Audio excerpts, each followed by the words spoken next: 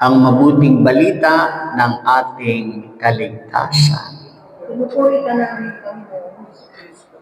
Praise God. Bago kayo umupo, kamayan niyo muna. Kamayan niyo po muna yung bawat isa. Sabi mo sa Kanya, pinagpala tayo ng Diyos. Sige, lapitan ninyo. At sabihin mo, pinagpala tayo ng Diyos. Praise be the name of the Lord. Oh. Ayan. Eh makakaupo na tayo sa presensya ng Panginoon. Ang binasa po nating ebanghelyo ngayon, ito ay tumutukoy sa ebanghelyo ayon kay San Mateo. At may pamagat po itong ang pag-amin ni Pedro na si Jesus ang Kristo. Peter's confession that Jesus is the Christ. Now, tignan po ninyo, dumating ang Panginoong Hesukristo nung mga panahong iyon sa relihiyon ng mga Cesarea sa Filipos. Ay pagsambang ginagawang pagano. Pag sinabi nating pagsambang pagano, hindi yan katulad nating Kristiyano. Ang klase ng kanilang relihiyon, sumasamba sila sa hayop, sumasamba sa puno, minsan nag-aalay sila ng mga sariling katawan ng tao sa harapan ng altar, niyuyukuran, nilalapitan. Kumbaga, ang ibig po sabihin ng mga panahon na yon, inabutan ito ng Panginoon. Yung lugar ng Cesarea sa Filipos, napuntahan ito ng Panginoon. Dito, tinanong ni Jesus ang pinakamahalagang tanong tungkol sa kanyang pagkakakilanlan.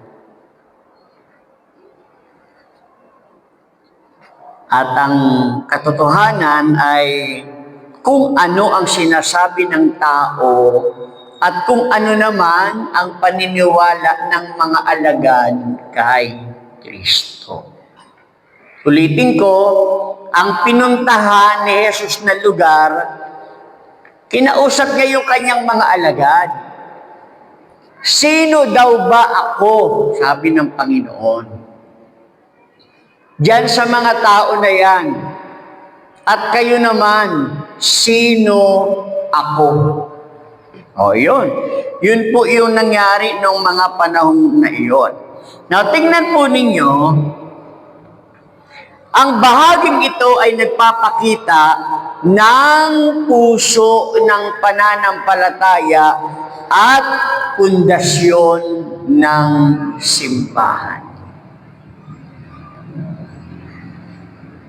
Sabihin niyo po, puso ng pananampalataya. Yung paniniwala natin sa Diyos, yung paniniwala natin sa simbahan na ito, yung ginagawa natin ngayon, ano ang pinaka-puso nito? At ano ang tinatawag na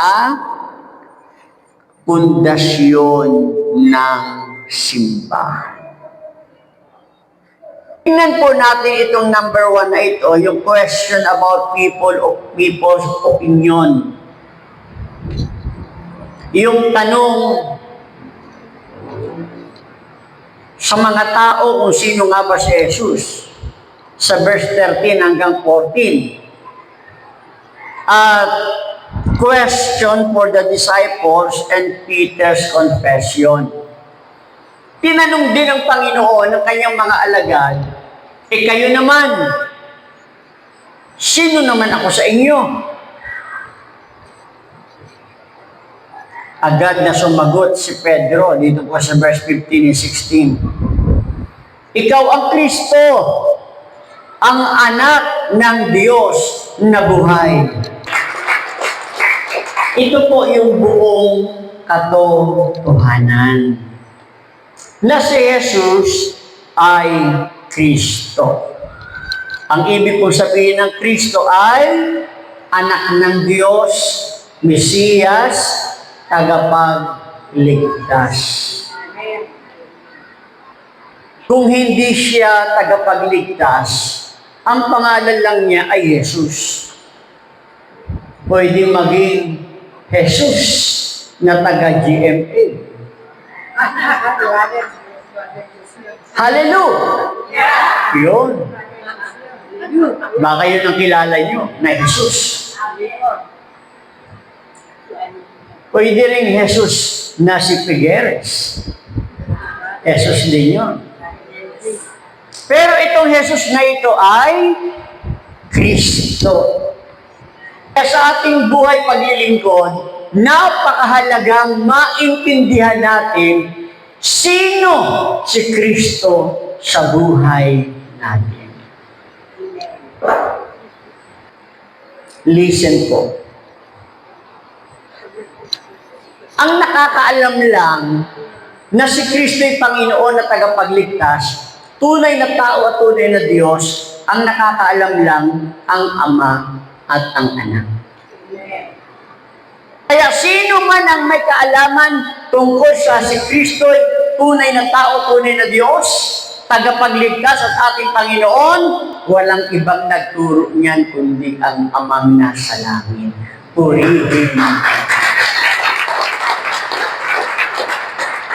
Walang pare, walang disciple, walang lingkod ng Diyos na may original na isinilang na siyang alam niya yon. Lahat tayo, ang ating kaalaman, nanggaling sa mga taong nagtuturo, nagpagamit sa Diyos. Kaya, ang pangatlo, dito natin makikita yung blessing and promises of Jesus. Ano nga ba yung pagpapala at pangako ng Panginoon? Sa verse 17 hanggang 19, sinabi ni Jesus kay Pedro, mapalad ka. Yun, napakasimple lang. Kapag alam mo, nasa buhay mo, na talagang si Kristo ang karapat-dapat na paglingkuran, dahil siya ang Panginoon na tagapagligtas, tinanggap mo siya sa buhay mo. Mapalad ka.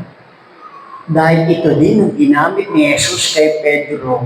Dahil mismong nakita at narinig ni Jesus sa isip at sa puso ni Pedro, kaya binanggit ng Panginoon, Pedro, anak ni Jonas, mapalad ka. Amen. Kaya kung ganito rin yung paniniwala natin, mapalad tayo. Amen? Ang sabi ni Jesus, hindi yan tinuro sa iyo ng sino mang tao. Ang aking Ama. Listen po. Ang tunay na pananampalataya natin, galing yan sa Diyos. Kaya kung mayroon ka niyan, malamang ikaw ay larawan ng Diyos, tao ng Diyos, lingkod ng Diyos, at mismong kalarawan ng Diyos. Purihin ang kamay. Sino yung may kalarawan ng Diyos? At sino ang lingkod ng Diyos? Naniniwalang si Kristo'y Panginoon ang tagapagligtas, tunay na tao at tunay na Diyos.